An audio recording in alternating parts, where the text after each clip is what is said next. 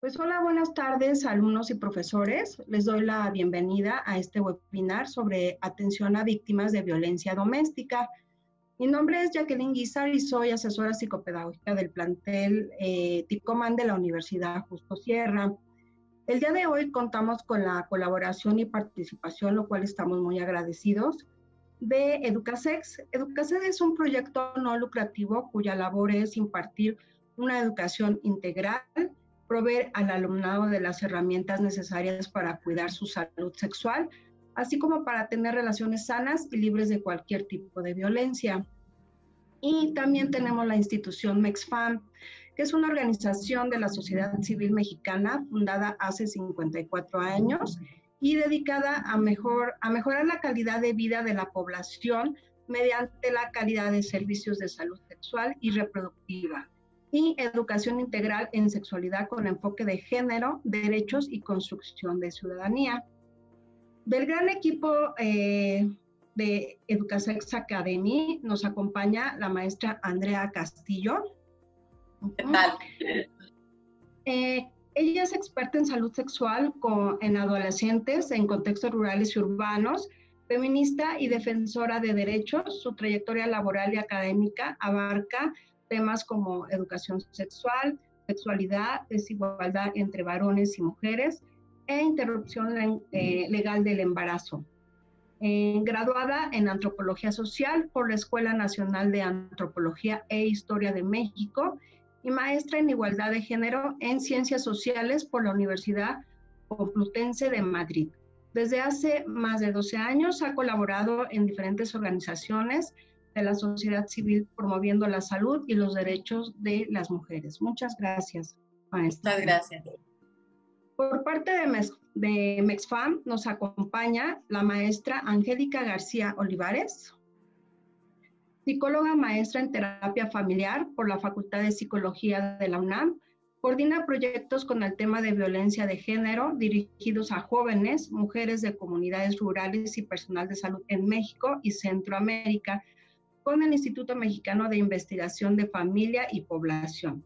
En 2008 se incorporó a MEXFAM, desarrollando contenidos y estrategias de capacitación e intervención en los temas de aborto, violencia y VIH-Sida.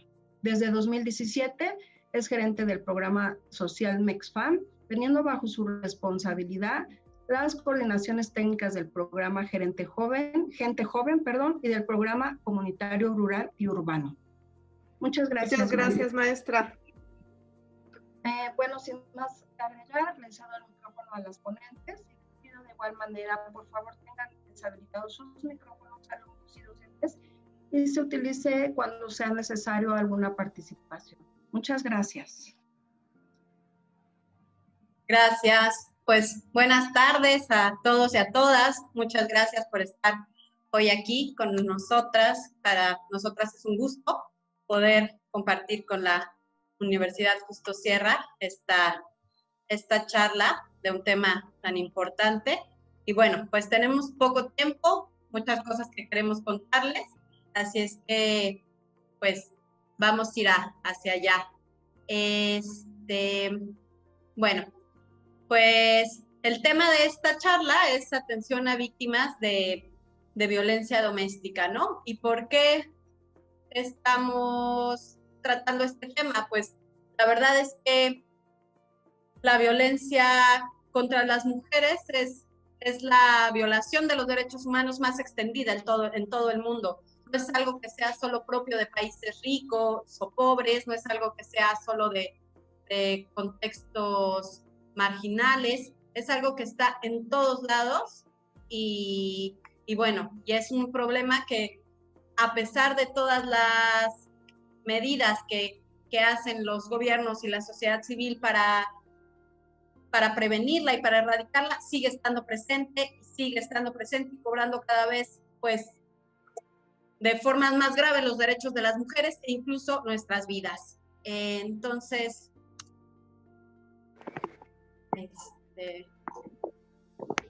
perdón.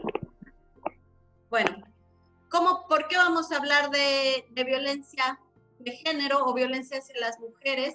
¿Y por qué no hablamos ¿Por qué hacemos esta distinción entre violencia en general o violencia hacia los hombres? ¿Queremos decir con esto que la violencia hacia los hombres no existe o no es importante? Claro que no. Tenemos primero que entender en qué sistema surge la violencia de género. La violencia de género surge en el sistema sexo-género. Me imagino que muchos y muchas de ustedes ya han escuchado hablar de estos conceptos, ¿no? Pero bueno, no está nunca de más repetirlo.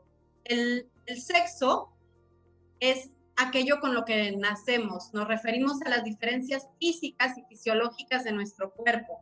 Es algo que se determina desde antes de nuestro nacimiento por nuestros cromosomas y va a estar presente a lo largo de toda nuestra vida. Va a hacer que nos definan como hombre o como mujer, lo que hace que seamos macho o hembra de la especie humana.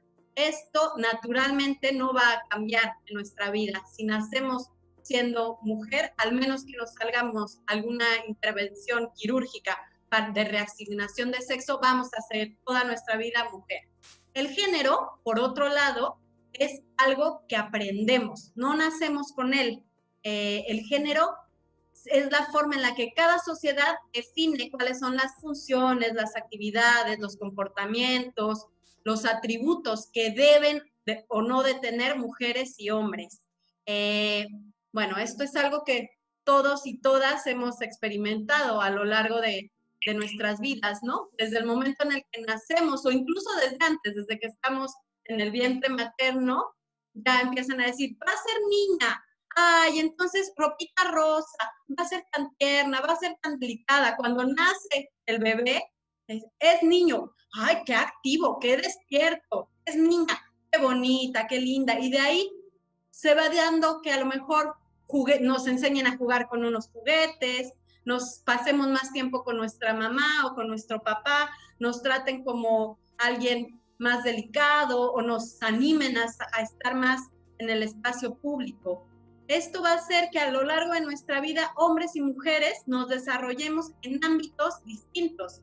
Normalmente, en nuestras sociedades, el ámbito preponderante para las mujeres es el ámbito privado, la casa, donde las tareas que realizamos tienen que ver con el cuidado y la atención de otras personas, mientras que los hombres ocupan el espacio público, el espacio de la toma de decisiones y de la producción. Hoy por hoy las sociedades han cambiado mucho y las mujeres estamos también cada vez más en el espacio público, pero en realidad seguimos cargando con el mayor peso de las actividades de cuidado, de atención, y me imagino, ahora que tengamos un ratito para comentarlo, ustedes lo verán en su universidad.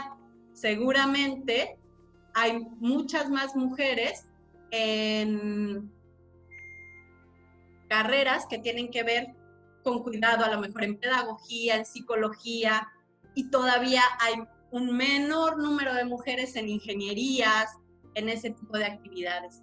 Esto no tendría por qué estar mal, no tendría que tener nada de malo ni ser contrario a nuestra vida. Cuando se vuelve un problema es cuando por un lado es un mandato, cuando tú quieres hacer algo que no está asignado a tu género y en respuesta tienes negación o la otra respuesta que puede ser la violencia. Entonces el género, que es la expresión de una diferencia, de la diferencia de sexo, de la diferencia biológica, se convierte en una desigualdad, porque va haciendo a lo mejor que las mujeres participen menos en la toma de decisiones, que las mujeres participen menos en puestos de mayor salario, de mayor reconocimiento social, y también va generando otros tipos de desigualdades. Y una de las expresiones más graves de la desigualdad es la violencia de género. ¿A qué nos referimos con violencia de género? Bueno, como les digo, es una expresión de la desigualdad de género. Y es todo acto que basado en la pertenencia al género femenino tiene o puede tener como resultado un daño o sufrimiento físico, sexual o psicológico para la mujer. incluso si no se da el daño, si son solo amenazas de esos actos, coacción o privación arbitraria de la libertad, ya sea que esto se dé en la vida pública o en la vida privada. Nos estamos refiriendo a que la violencia de género son aquellos actos que suceden a las mujeres por el simple hecho de ser mujeres, que están relacionadas con las actividades que las mujeres tradicionalmente o socialmente deberían de hacer, o sobre todo que vienen cuando una mujer rompe con esas o cuestiona esas supuestas atribuciones o tareas o actividades tradicionales que se han asignado a su género. Y bueno, como dice aquí, la violencia de género se puede dar en cualquier ámbito. Mucho tiempo la violencia de género se consideró algo del ámbito privado, algo que no se habla, algo que además era natural. ¿Por qué? Porque bueno, si tu marido de vez en cuando te pegaba, pues era normal, porque eso es inherente a los hombres, ¿no? Los hombres son valientes, no saben hablar de sus emociones, no saben expresar sus emociones, y entonces explotan y son violentos, y eso era natural. Hoy en día, afortunadamente, también estamos hablando de que esas masculinidades pueden y son violentas no solo para las mujeres, sino para los propios hombres, ¿no? Y que no es un mandato que los hombres sean violentos, y que no es natural ni el destino de nadie tener que vivir violencia. Bueno, la violencia de género se da entonces en todos los ámbitos y puede venir de diversos agresores, desde la pareja y la familia hasta desconocidos en el espacio público, en la calle. Es un fenómeno que está extendido con características y matices diferentes. Al principio les decía que la violencia de género está presente en todo el mundo y no es algo que sea propio de una clase social o de otra, pero sí tiene matices distintos. No se da de la misma forma la violencia en una universidad, la violencia de género dentro del hogar. No se da de la misma forma la violencia de género en una pareja de novios de Interlomas que en una pareja de novios de una colonia, no sé, en Ecatepec, donde el contexto es más violento. Bueno, y como les digo, la violencia de género no es una situación privada, es un problema de salud pública. Al ser un problema de salud pública, le corresponde en primera instancia al Estado velar por nuestra seguridad, pero también a todas las instituciones y a todos y todas las personas que conformamos esta sociedad. Es un problema de salud pública que todos y todas tenemos responsabilidad de atender.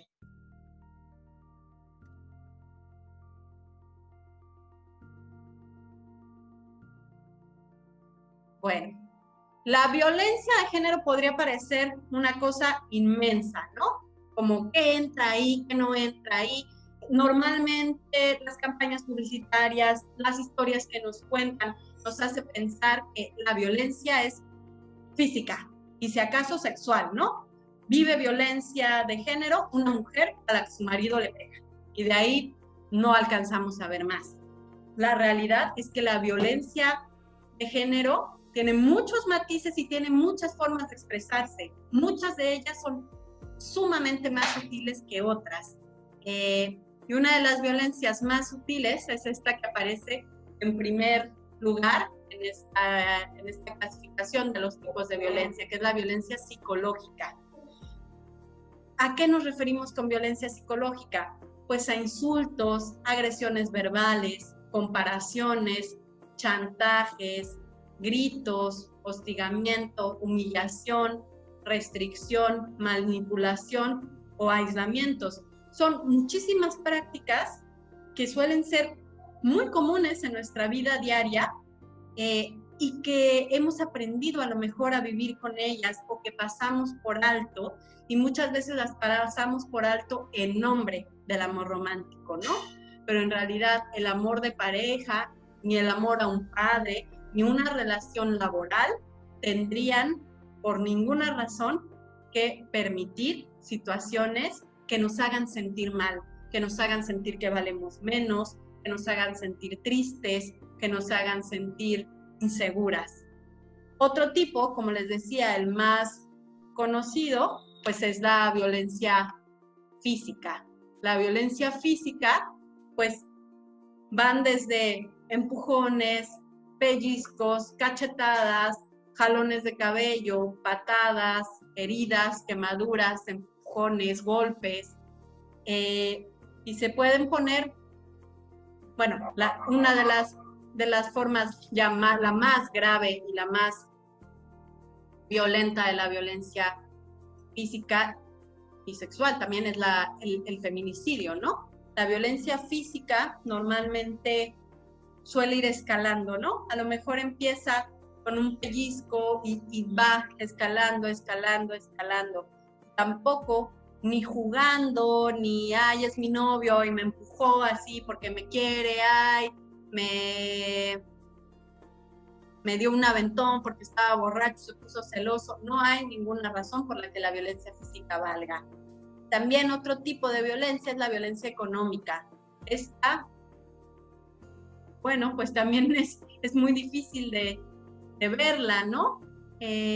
Sobre todo si pensamos en contextos donde las mujeres son dependientes económicamente de su marido, pues que le quiten su dinero, que le limiten el acceso a los recursos económicos para comer o para comprar productos que necesite. También aquellos padres que no dan la pensión alimenticia de sus hijos están ejerciendo violencia económica.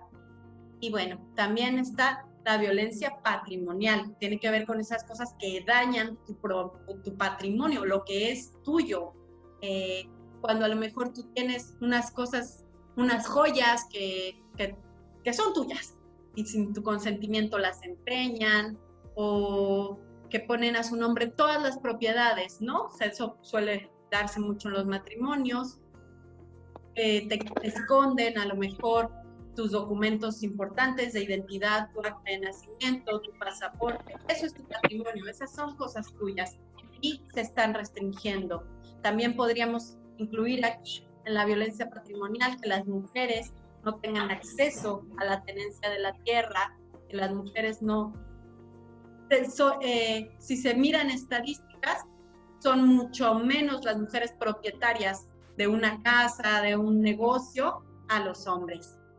Y bueno, otra de las formas, pues, muy agresivas de violencia de género es la violencia sexual. La violencia sexual son todos aquellos actos de connotación sexual que te hacen sentir incómoda, denigrada, que te toquen sin tu consentimiento, que te obliguen a tener relaciones sexuales o a verlas, que te obliguen a mostrar tu cuerpo, que te envíen imágenes sexuales, que difundan imágenes sexuales que tú compartiste con alguien. Y muchas veces tendemos a pensar que la violencia sexual en la pareja no existe, ¿no? Que la violencia sexual solamente te pasa cuando vas caminando en un callejón oscuro y te violan. Pero en realidad, dentro de la pareja puede haber violencia sexual, porque la única forma en la que es válido un acto sexual, sea el que sea, una caricia o el coito como tal, es con consentimiento. El consentimiento es cuando las dos, tres o las partes involucradas expresamente dicen sí quiero y quiero todo lo que está pasando. No importa que sea tu novio, no importa que sea tu marido desde hace 40 años, si ese día tú no quieres y te obliga, está cometiendo violencia sexual hacia ti. Bueno, y también mucho tiempo se pensó que la violencia solo se daba en el hogar, ¿no? Que las mujeres, como les decía, solo vivían violencia por parte de su marido, pero la verdad es que la violencia de género se da en muchos ámbitos. ¿En qué ámbito se da? En el familiar. El familiar, desafortunadamente, es uno de los peores ámbitos para la vida y la integridad de las mujeres, ya sea a manos de la pareja, del padre, del hermano, del tío, en el laboral o en el docente. Seguramente han escuchado hablar del acoso y del hostigamiento sexual. El hostigamiento sexual es cuando un jefe o alguien que tiene mayor nivel jerárquico, puede ser un jefe o un profesor,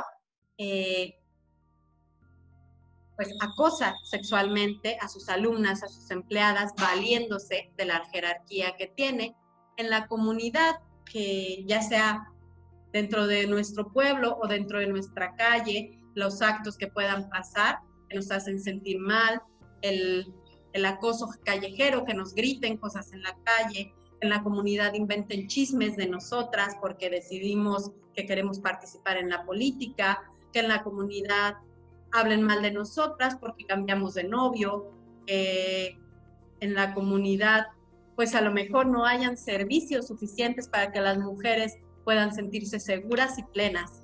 Todas estas son formas de violencia que a lo mejor son más sutiles, pero también las son.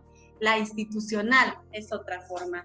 Esa puede pasar en las instituciones, por ejemplo, que cuando solicitas un trámite te traten con prejuicios de género, te digan que no lo puedes hacer tú, que lo tiene que hacer tu marido, te obliguen a poner el nombre del padre en un trámite que tú no quieres poner, o que discriminen simplemente a las mujeres por ser mujeres, ¿no? Y bueno, aquí yo quise agregar dos ámbitos más, que si bien esta clasificación es de la Ley General de Acceso de las Mujeres a una Vida Libre de Violencia, que es la ley que en México protege a las mujeres de la violencia, pero yo quise agregar el noviazgo, porque dado que estamos hablando con gente joven, pues a lo mejor muchos y muchas de ustedes aún no están casados, no viven en pareja, pero sí que están viviendo relaciones de noviazgo. Y las relaciones de noviazgo tendrían que ser un espacio para la exploración, para el goce, para compartir, pero también desafortunadamente por todas estas ideas y estereotipos de género que tenemos, se vuelve un espacio de mucha violencia hacia las chicas jóvenes, ¿no? Y se dan todos los tipos de violencia de los que hemos hablado, la psicológica, la física, la sexual, y simplemente tenemos que recordar que por ninguna razón el amor tiene que doler o tiene que hacernos sentir mal. El noviazgo no da cabida a los chantajes, a los celos, a las persecuciones, a los jalones, a los golpes, pero sí se da. Y otro espacio que en los últimos años también ha sido fuente de mucha violencia de género es el espacio digital, donde por un lado a lo mejor personas desconocidas se aproximan a nosotros con fines sexuales, pero también donde a lo mejor nuestra expareja o una persona que conocemos en la escuela nos acosa o comparte material privado nuestro en forma de venganza. Y bueno, son ámbitos en los que está pasando la violencia, ¿no? Y lo que les decía, pues la verdad es que el hogar es el lugar más peligroso para las mujeres, ¿no? En México aproximadamente la mitad de las mujeres, creo que es el 47% de las mujeres, han vivido violencia por parte de su pareja actual o por su expareja, que es un número muy grande. Casi la mitad de las mujeres hemos pasado esas, ¿no? Y la verdad es que también la mayoría de los feminicidios, el responsable es un familiar. Entonces, hay muchas veces que los hombres dicen, pero a nosotros también nos matan. Claro que los matan, claro que sus muertes importan, pero las muertes son distintas. No los matan sus novias, no los matan sus mamás, no las matan sus tías. Aquí estaba la cifra. 43.9% de las mujeres han sufrido agresiones por su pareja o su expareja. Y bueno, ¿cómo podemos identificar entonces la violencia de género? Pues como les decía, la violencia psicológica es la que se convierte en más difícil de identificar. Porque es tan natural híjole, dices, ¿es normal?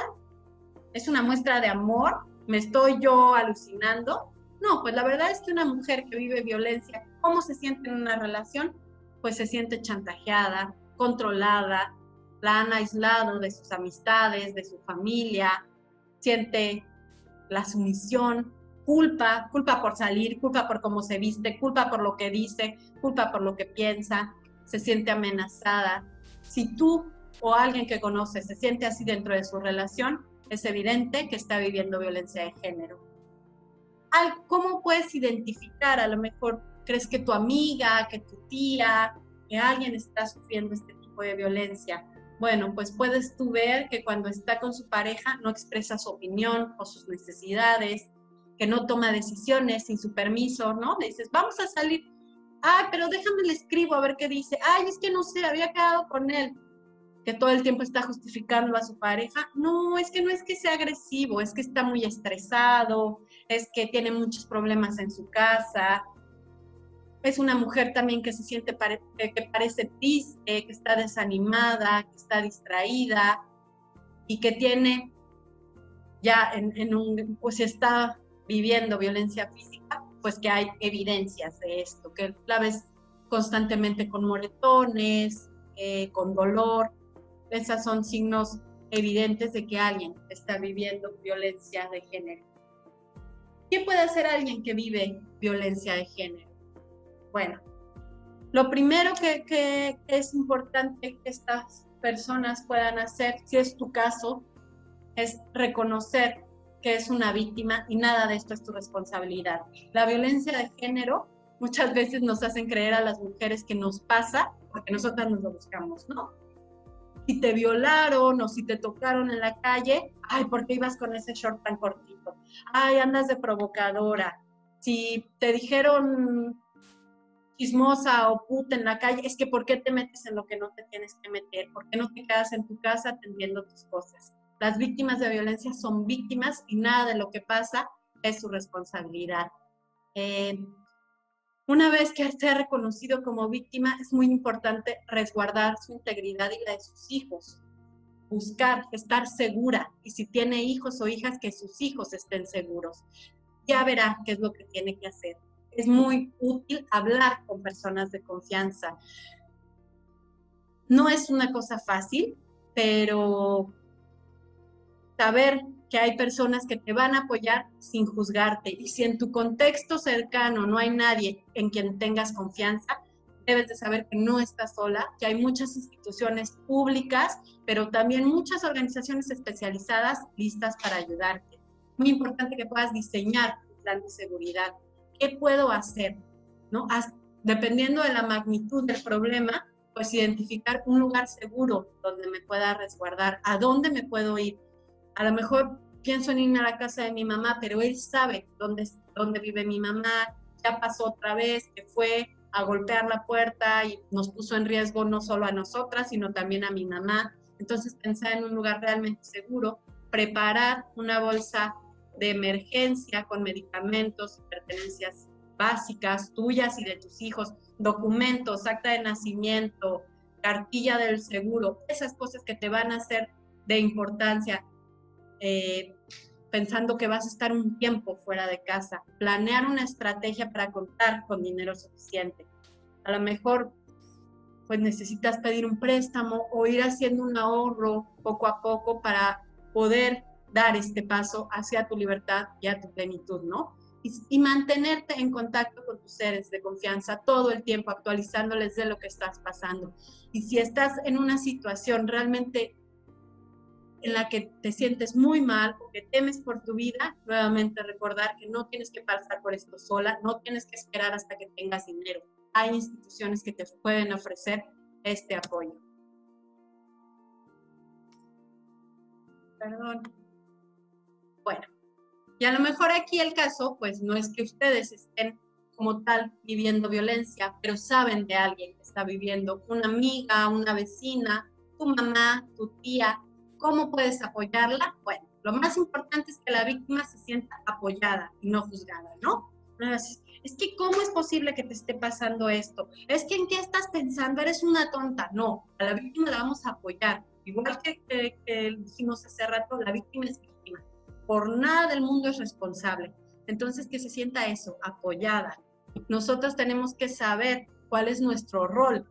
En el caso de profesores o profesoras, pues sí tienen una autoridad, pero a lo mejor tampoco, si no son el orientador o la orientadora de la universidad, pues a lo mejor tampoco tengo el conocimiento tan amplio como para ser una experta y dar esa atención. ¿Hasta dónde puedo dar atención yo sin comprometerme, sin ponerme yo en riesgo o sin abrir algo de lo que no me voy a poder hacer cargo, ¿no? Saber que somos acompañantes de este proceso, que a lo mejor no vamos a resolverle la vida a nuestra amiga o a nuestra tía, pero lo que sí vamos a hacer es apoyarla y acompañarla en este camino, en las decisiones que tome.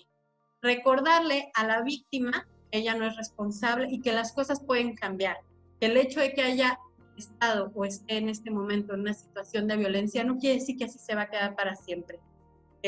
Siempre sale el sol y que las cosas pueden cambiar. No juzgar y no presionar a que tome una decisión, ¿no? Muchas veces decimos, pues denuncia, pues salte, pero no es tan fácil. Es muy fácil dar consejos, es muy fácil ver las cosas desde fuera, pero para una mujer que está implicada, a lo mejor están sus hijos y sus hijas implicadas, hay muchas emociones, entonces no podemos presionarla a que tome una decisión. Sí podemos hablarle de los recursos a los que hay para ayudarlas, de las instituciones, acercarle información, pero nunca presionar. Evitar ponernos en riesgo también nosotras o nosotros. No sabemos hasta qué grado, hasta dónde puede llegar a lo mejor su pareja o la persona que la está violentando, y podríamos ponernos en riesgo. No vamos a tomar decisiones por ella, no vamos a ir nosotras a tocarle a la puerta y decir, no, ya eres un violentador, quiero que pares, porque a lo mejor nos vamos a poner en riesgo nosotros y la vamos a poner en riesgo a ella, ¿no? Entonces, tenemos que ser muy, muy, muy prudentes y mantenernos siempre al tanto de su situación. Pero sí, si tememos por su vida, por su integridad, si sabemos que está realmente en riesgo, si es necesario, pues sí debemos denunciar.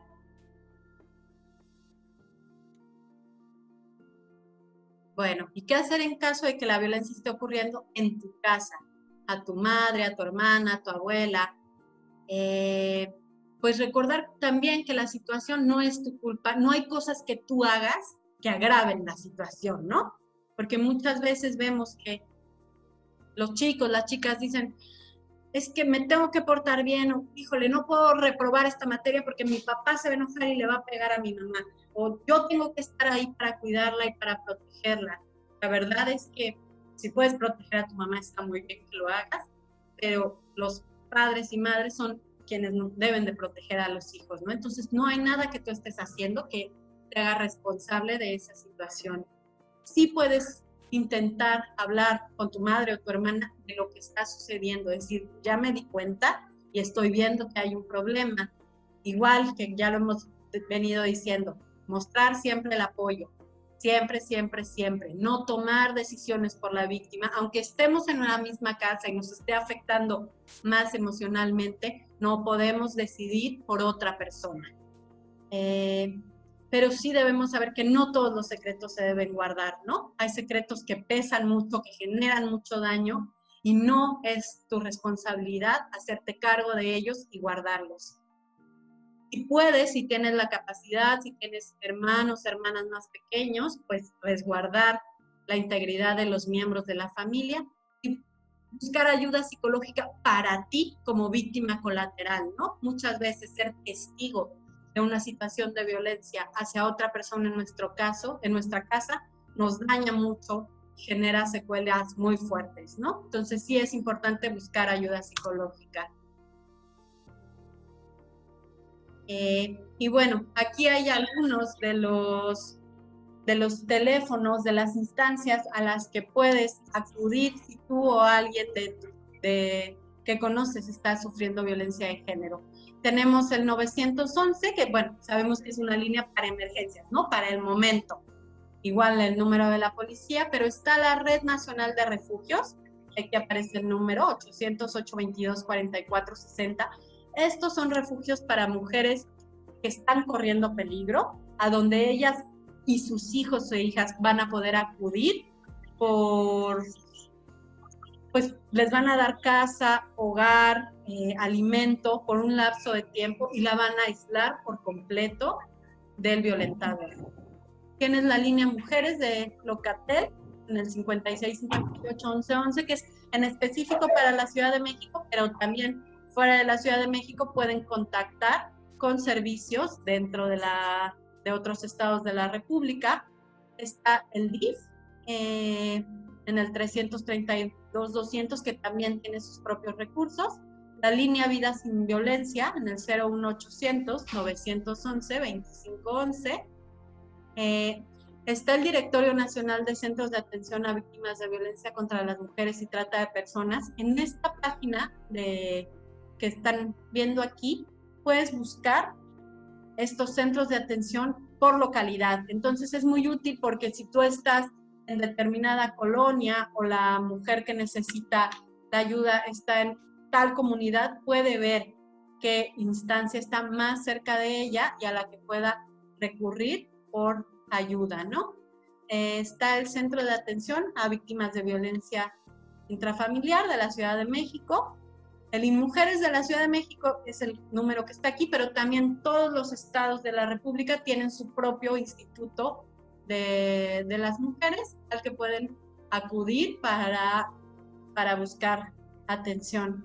Consejo Estatal de Mujer y Bienestar Social, el Consejo Ciudadano para la Seguridad y la Justicia. Todos estos son recursos del Estado, porque, bueno, como saben, como hemos dicho, ¿no? La violencia de género es un problema mundial y los estados han tenido que firmar acuerdos, convenios, hay un marco normativo internacional, nacional que protege a las mujeres y estas son las políticas públicas que el Estado ha creado para prevenir y atender los casos de violencia. Pero muchas veces sabemos que a lo mejor los recursos del Estado no son especializados o que están desbordados y afortunadamente existen muchísimas organizaciones con un trabajo muy fino donde puedes acceder realmente a una atención especializada, tanto a nivel psicológico, asesoría legal, otro tipo de acompañamientos, y una de esas organizaciones es MEXFAM. MEXFAM trabaja, bueno, una gran diversidad de temas, sobre todo están atendiendo temas de salud sexual y reproductiva, pero obviamente no podemos hablar de salud sexual y reproductiva sin hablar de violencia. Entonces, Angélica García nos va a contar un poquito de su modelo, de qué es lo que ellas hacen, desde dónde lo atiende, qué les pueden ofrecer a ustedes. Adelante. Gracias, Andrea. Bueno, pues sí, efectivamente MEXFAM es una organización de la sociedad civil y nos especializamos en salud sexual y reproductiva y derechos sexuales y reproductivos. Y definitivamente violencia es uno de los temas que caen en el paraguas amplio de la salud sexual y reproductiva, y claro que tiene que ver con los derechos, ¿no? Uno de los derechos sexuales y reproductivos que tenemos las personas es el derecho a vivir una vida libre de violencia, porque la violencia tiene que ver o tiene un impacto muy importante en la salud sexual y reproductiva de las personas. Tiene un impacto, por ejemplo, o llega a ser un obstáculo para decidir el número de hijos e hijas que queremos tener. Tiene una relación también con infecciones de transmisión sexual, tiene también relación con infecciones como VIH, SIDA, entre otras cuestiones. Y es una de las barreras para que las mujeres accedan a servicios de salud sexual y reproductiva, por ejemplo, un Papá Nicolau, ¿no? Alguna atención en cuestión de cáncer de mama, porque existe esto de lo que ya nos hablaba Andrea del control sobre el cuerpo de las mujeres, en donde pareciera ser que ir a un servicio de salud implica que salir del control del agresor. En ese sentido, nosotros hemos desarrollado un modelo que va desde la parte preventiva, con un programa educativo, en donde no tratamos solamente violencia, sino hablamos sobre la violencia, digamos, en un marco más amplio.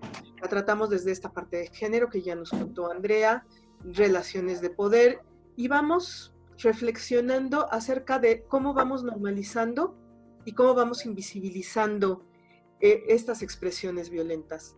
En el tema de la atención, nosotros contamos con clínicas. En nuestras clínicas tenemos orientadoras que brindan el servicio gratuito, especializadas en el tema de violencia. Si tú o alguien que conoces está pasando por una situación de violencia o sospecha que vive violencia, o simplemente en su relación o en su familia hay algo que le está haciendo sentir mal, incómoda, puede acercarse a cualquiera de nuestras clínicas y solicitar una orientación gratuita. En esta orientación vamos a mirar si hay algún tipo de violencia y hacia dónde se puede referir.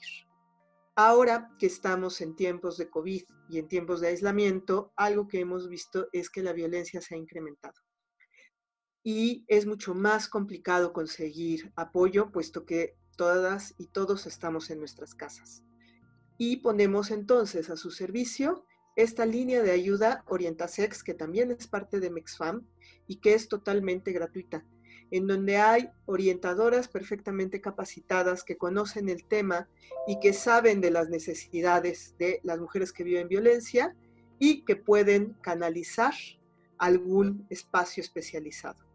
La línea Orientasex trabaja de lunes a viernes, de 9 de la mañana a 8 de la noche, y pueden contactarnos por el 01800-007-7200 o mandar un WhatsApp al 579-995957.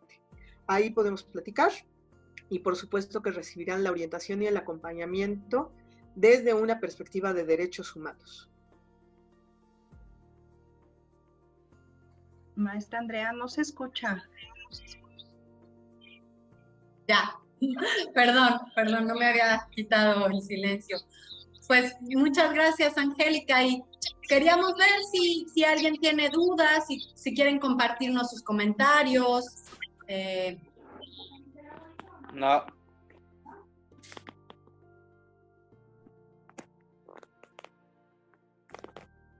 Maestras, pues yo les quería hacer un comentario, una pregunta más bien. Claro que sí.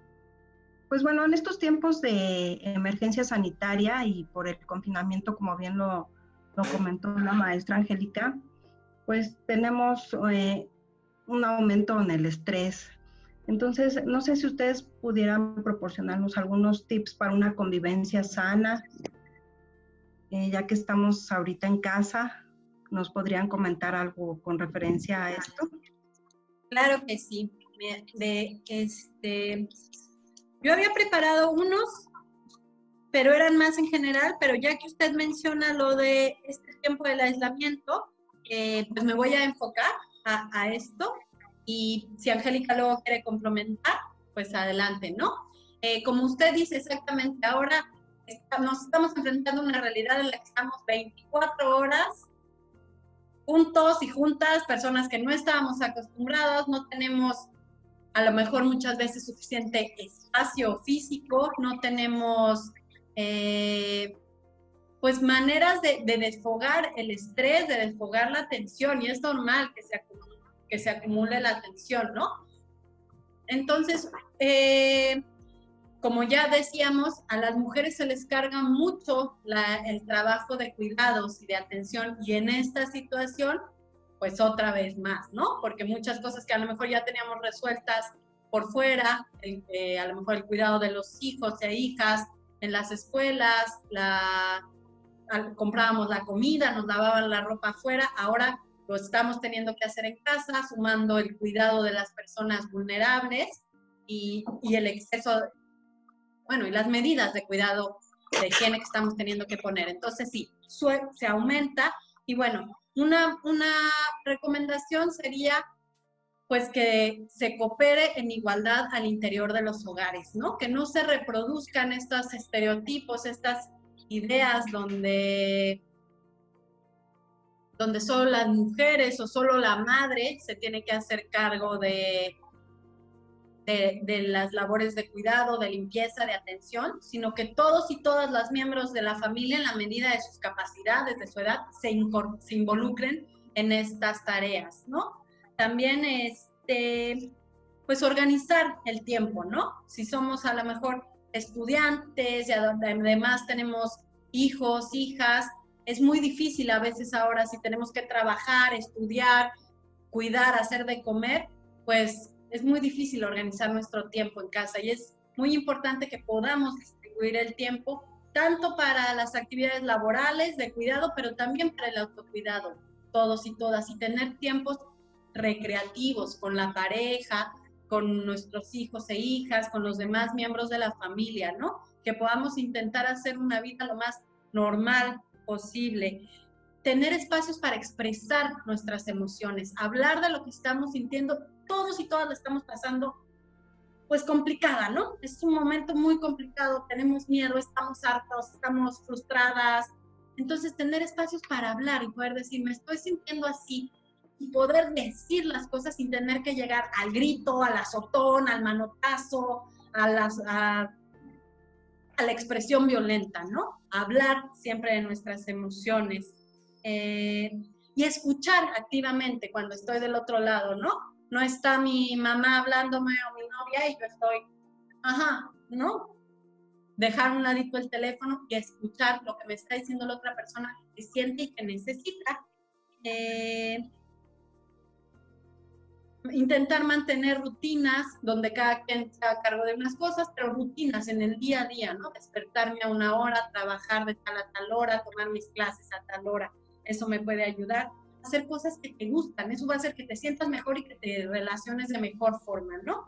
Y bueno, conservar momentos también de privacidad para estar contigo misma y con tu pareja, si es el caso de que vives con tu pareja.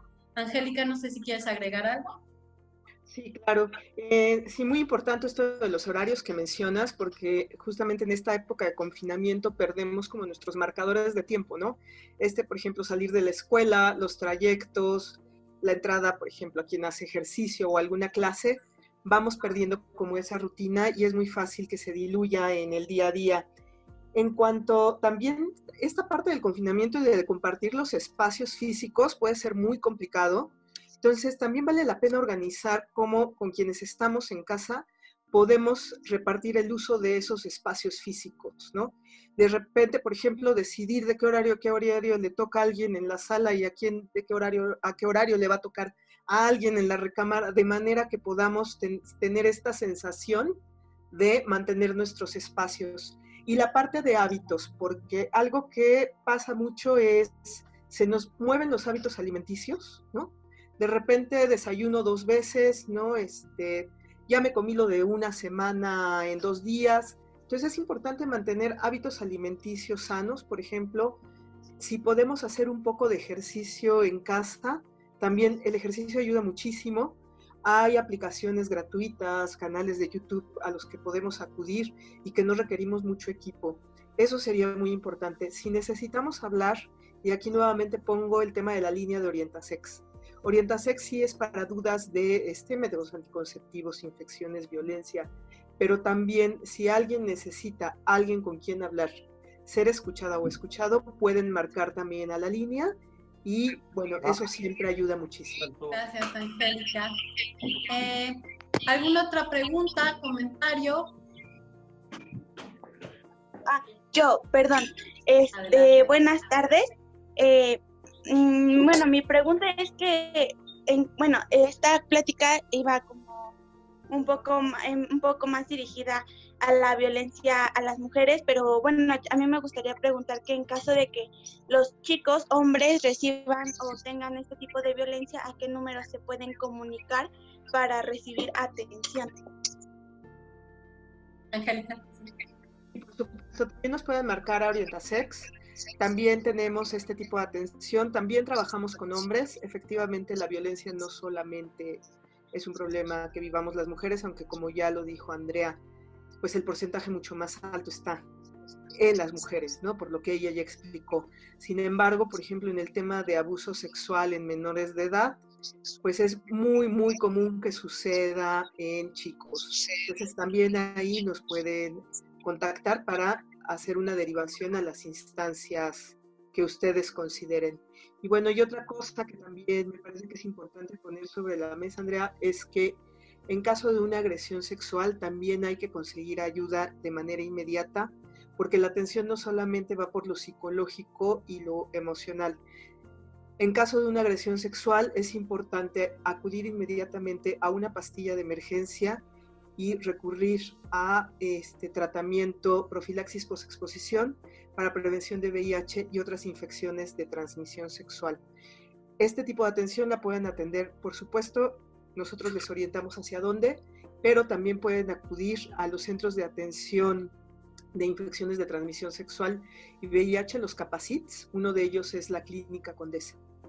En los números que les dio Andrea, en el de Locatel, les pueden dar este número. Claro que sí, muy importante ponerlo en la mesa. Gracias, Angélica. Y sí, solo recordar como que estas instituciones de las que yo les hablé están especialmente orientadas a atender la violencia hacia las mujeres, pero estamos hablando de violencia de género, ¿no? También pueden ser casos de violencia que sufren los hombres por no cumplir con las expectativas de género, ¿no? Y bueno, todas las instancias de seguridad pública siguen trabajando aún en esta emergencia sanitaria. Ninguna de ellas ha parado. Si se necesita recurrir al 911, a la policía, siguen trabajando normalmente y pueden acercarse, ¿no? Y las instancias de apoyo emocional y psicológico están también ahí, no solo para mujeres, sino para mujeres y para hombres. Gracias. ¿Alguien más?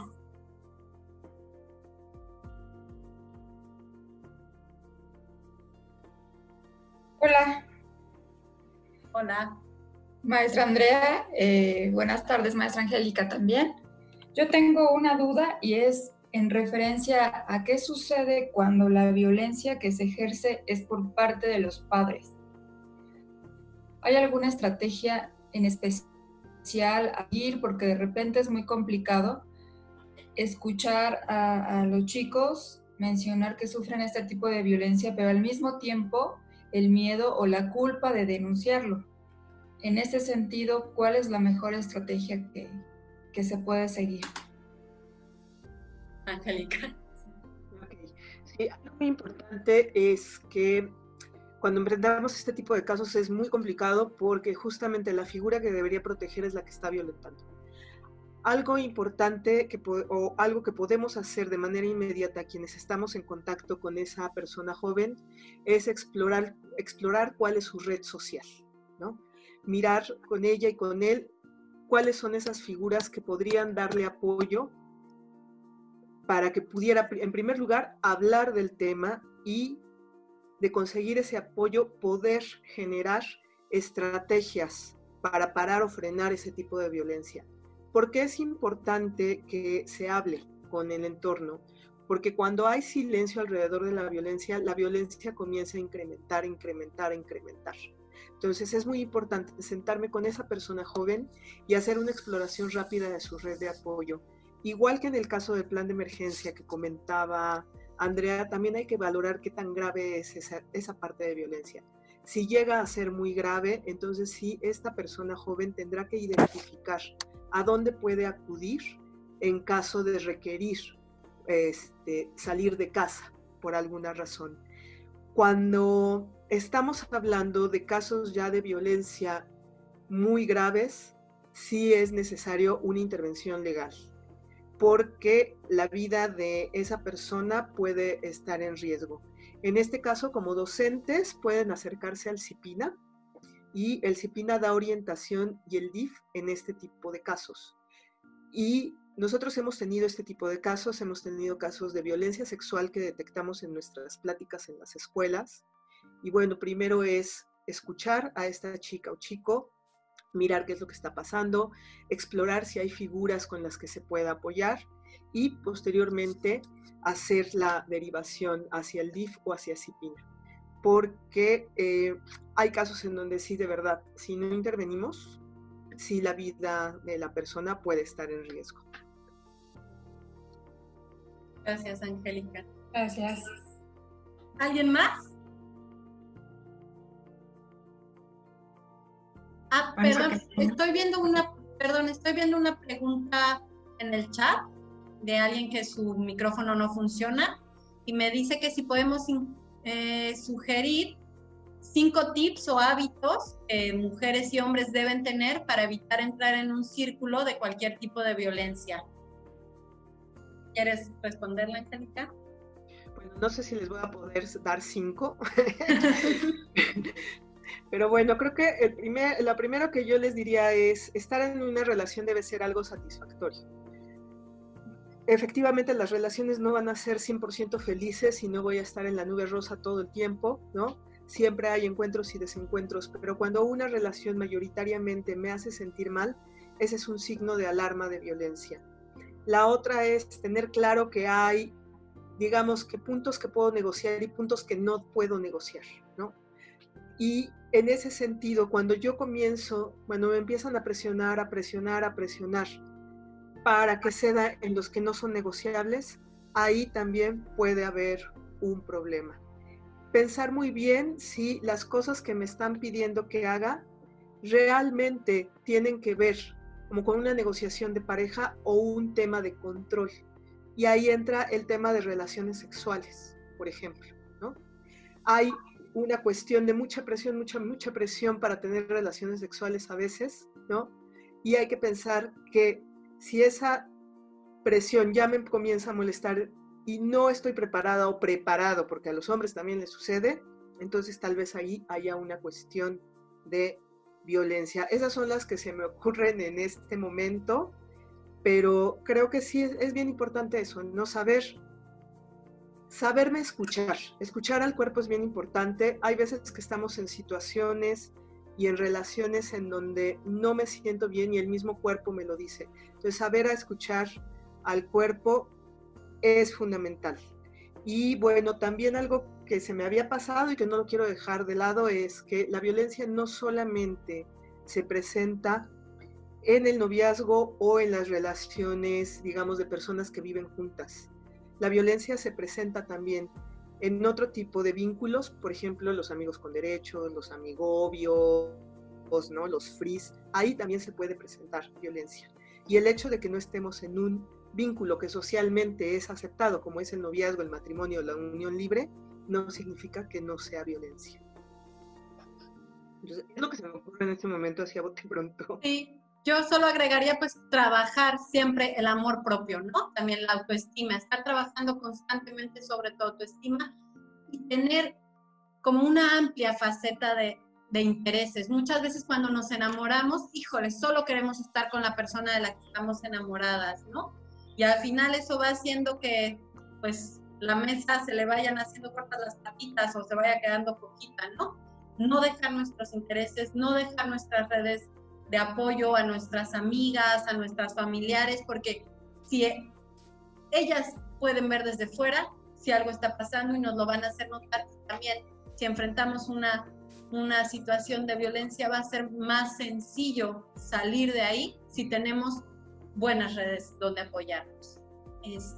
Bueno, me parece que estamos como llegando hacia el final, ya nos dirá la maestra Jacqueline. Yo solamente quería como compartirles antes, pues que si quieren saber más sobre educación sexual, nosotros tenemos este portal que se llama Educasex Academy, donde pueden encontrar, tenemos unas guías específicas sobre el acoso sexual en la escuela, infografías, cursos sobre salud sexual para jóvenes y adolescentes y adultos jóvenes, y nos pueden encontrar por todas estas redes, aquí aprovechando para hacer el comentario en Facebook, en YouTube, en LinkedIn, en Instagram como Educasex Academy, y no sé, maestra Jacqueline.